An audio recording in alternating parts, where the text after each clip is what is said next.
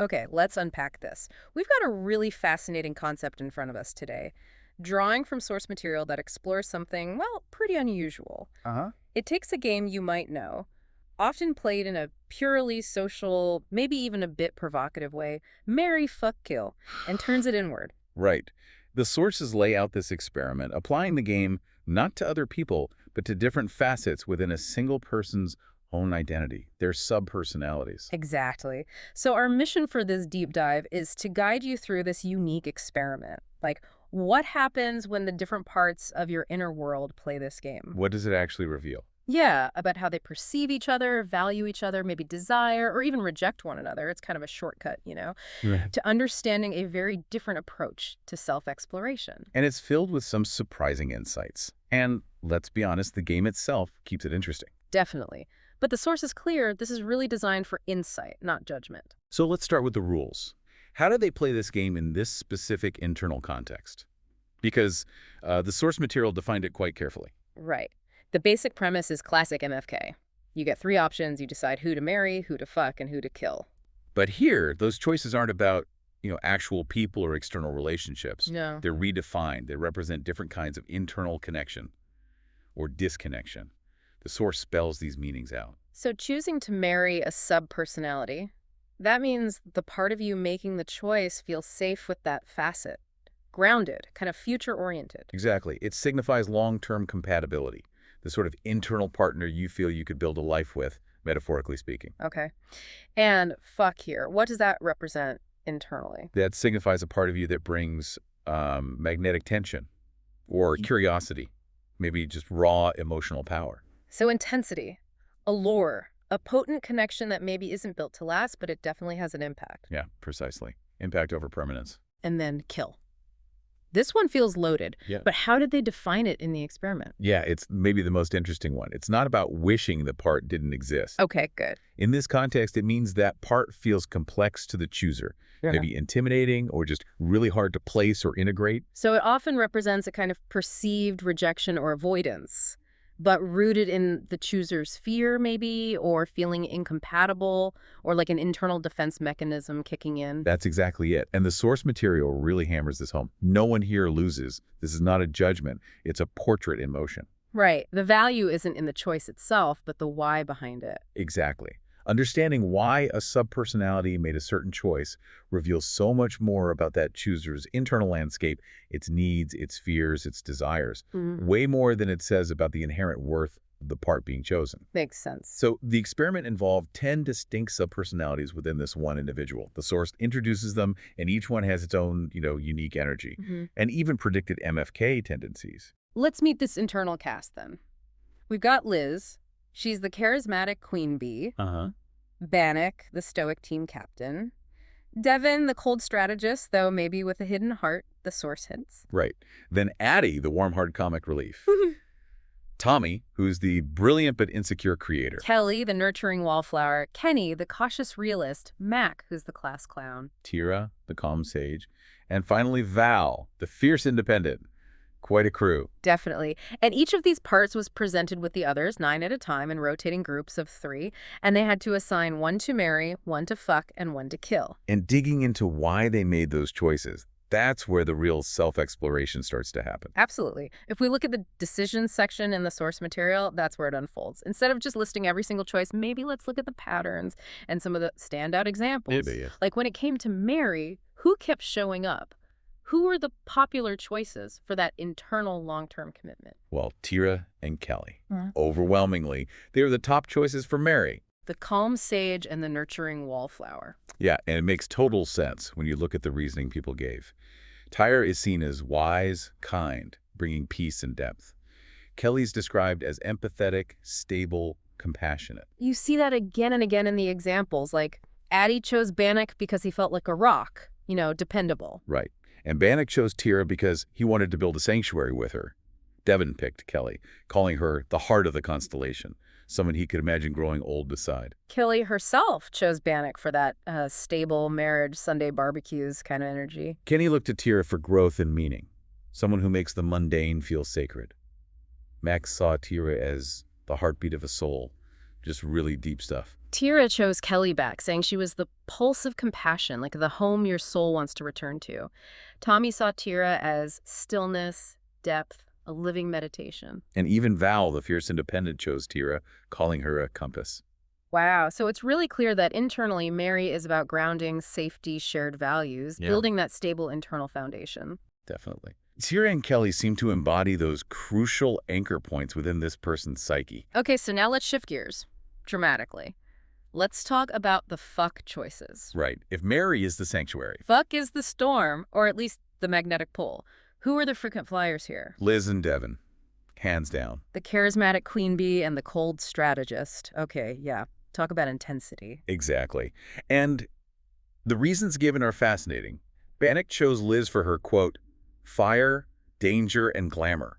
Someone intense, gorgeous, and full of confident chaos. Devon basically echoed that. He saw Liz as the fantasy, all heat and allure. And Kelly, the nurturing wallflower, maybe surprisingly, chose Devon for his brooding intensity and smolder. Interesting. Kenny picked Liz for the fireworks and drama, saying, you never forget a night with Liz. Liz herself chose Devon. She was drawn to his intensity and silent storms, saying she wanted to wreck him and write a poem about it. Whoa. Mac picked Liz for her confident, sultry magnetism. And Tira, the calm sage, she chose Devon too. But she described it differently. A sacred, smoldering quiet, like gravity, not just lust. That's quite poetic. Kami went with Liz, seeing her as all velvet and danger, a real plot twist. And Val also chose Liz, calling her indulgence, fireworks, chaos, saying something like, probably bad decisions, worth it. Huh. Okay. So Liz and Devon clearly represent that internal energy of intensity, allure, challenge, maybe a bit of danger. Raw power. Yeah, it's about chemistry. Maybe not comfort, certainly not long-term planning in the same way as Mary. Got it. So finally, the kill category. And we remember this isn't about worthlessness, right? It's about perceived incompatibility or intimidation or avoidance. Exactly. So who landed here most often? Val, Mac, and Tommy. The fierce independent, the class clown, and the brilliant insecure creator. Yep. And the reasons for killing them are maybe the most revealing about the chooser's own internal struggles or priorities. Totally. Like Addie chose Kenny, calling him too accountant and saying his anxiety stressed her out. And Bannock and Devon both chose Val. And they explicitly said they feared being eaten alive or devoured by her intensity and what they saw as conditional affection. Wow. Kelly, maybe needing calm, she chose Tommy. Found him too chaotic and scattered, like a lab assistant energy she couldn't handle. And Kenny also chose Val. Saw her as all grind, all ambition, and joked he feared being killed by her to-do lists. Liz killed Mac. Said his chaos and inconsistency were too much, like a 12-tab Chrome session. That's vivid. Mac, kind of joking, but maybe not, chose Val, fearing she'd actually schedule his murder. Tara chose Tommy. She felt his endless glittery chaos would just overwhelm her need for peace. It was a necessity for her. And Tommy, maybe surprisingly, chose Addie. He felt her vibrant energy would smother my quiet. Described it purely as a defense mechanism. Interesting. And Val chose Mac. Said his lighthearted chaos clashed with her discipline, needed to clear the path for her goals. What's so powerful about this kill category, I think, is how often the reasoning points back to the chooser's own limits or fears. Right. It's about what that part of self perceives as difficult to hold space for, whether it's chaos or intensity or even vulnerability. Yeah, it's less about the chosen part being inherently bad and much more about the choosing part's internal boundaries or, like you said, vulnerabilities. So when you tally up all the votes across all the subpersonalities, do the results kind of solidify these patterns? They really do. Tira, Kelly, and Bannock received the most Mary votes by far. Okay, the anchors. Liz and Devon just dominated the fuck votes. The intense ones. And Val, Mac, and Tommy received the most kill votes. The complex, chaotic, or intimidating ones. Yeah, it confirms that initial sense. You've got the safety grounding group, the intense magnetic energy group, and the aspects perceived as complex or threatening group. But the real heart of this experiment, I think, beyond just the votes and the mechanics, it comes through in the reflection section. Oh, absolutely. How did these internal parts feel about how they were chosen, or maybe not chosen? These reflections add such a profound emotional layer. Right. Like, take Addie. She got 0 Mary fuck votes and 1 kill vote. Right. And she felt that sting, like the spark or the wildfire being left out. So she just wanted 1 cheeky fuck vote, you know. Made her wonder if she's just a moment part, not a forever part. Oh, wow. That's relatable, even for subpersonalities. Or Kenny. Yeah, Kenny felt a quiet ache. 0 intimacy votes. 1 kill vote.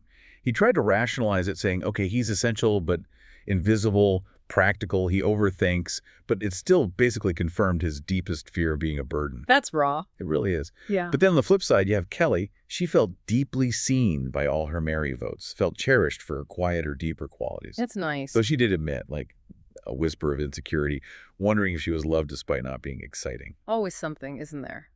And Liz, I bet she loved the fuck vote. Oh, she reveled in them. 6 fuck votes. She saw it as a diagnosis like, yes, she is the plot twist. Unmarriable, unkillable, unforgettable. She totally embraced being that magnetic, disruptive force. Okay, that tracks. What about Mac, the class clown, getting kill votes? He said he understood the kill votes because of his chaos. But the 0 intimacy votes, marry or fuck, that stung him.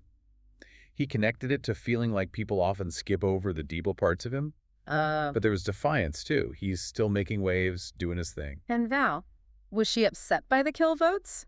Not shocked at all, apparently. She actually valued the clarity it gave her. Like, okay, these are the parts that can't handle my intensity and drive. For her, rejection wasn't about approval. It was just data. Data about who isn't ready for the mountain she represents. That's a powerful framing. Isn't it? These reactions really show that even within one person, these different facets can feel validation, misunderstanding, hurt, or empowerment based on how they're perceived by the other internal parts. Which brings us nicely to the analysis the source provides, connecting these patterns to, broader psychological ideas. Right. It highlights how internal affection, that Mary energy, tends to gravitate towards perceived stability, empathy, availability. While the avoidance, the kill choices, often targets the parts seen as erratic or maybe too cerebral or intimidating. Exactly. It's less about an inherent flaw in those parts and more about perceived compatibility or safety, especially under internal pressure.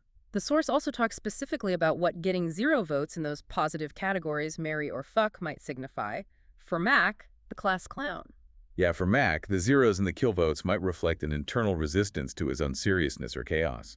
Maybe a desire for the joy he brings, but also a fear that it won't last.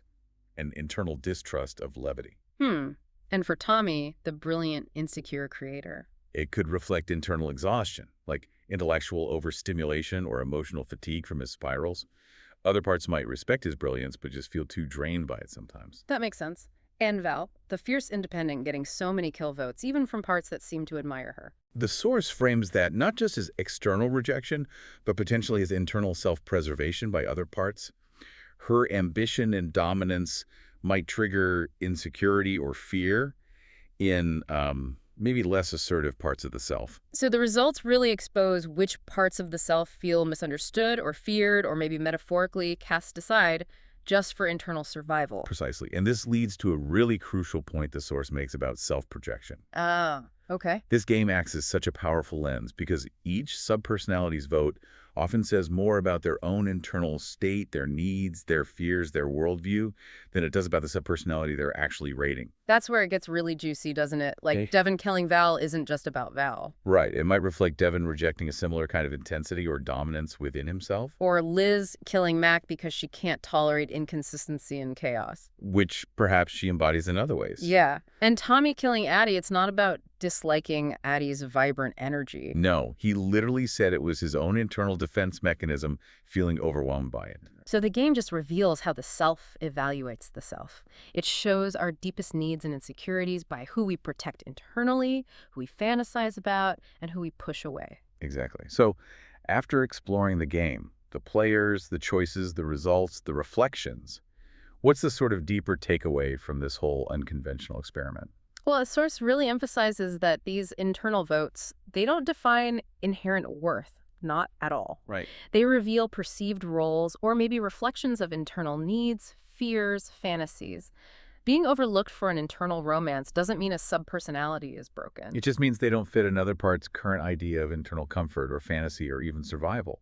That's okay. Marry doesn't mean best. It just signifies that need for internal safety and stability. And fuck isn't inherently more desired. It reflects fantasy, projection, maybe not even deep connection. And being killed. It's not about being worthless. It reflects fear, incompatibility, or defense mechanisms that are active within the chooser. Yeah. Some internal parts are just potent or unpredictable or raw, and other parts simply aren't ready to integrate them or hold space for them yet. And the truth this experience seems to point towards is that the internal system, the whole person, actually needs all these energies. Right. Max chaos might be that essential spark of joy or maybe a necessary release valve. Tommy's spirals, as difficult as they feel, might hold the blueprint for really profound creative ideas. And Val's intensity and drive. That might be exactly what's needed sometimes to move forward and achieve things. You weren't designed internally for every part to find every other part desirable or safe forever. You were designed for each part to bring its unique truth to the table. That's the idea. Yeah, the point isn't about winning this internal game or getting the most positive votes. It's about understanding why each part exists, the energy it holds. And how the entire ensemble, the source calls it the wholeness of the cast, supports the entire person. And the killed parts. They demonstrate resilience just by continuing to exist, by still being part of the internal landscape. Being passed over by one internal part doesn't diminish the complexity or value of another part.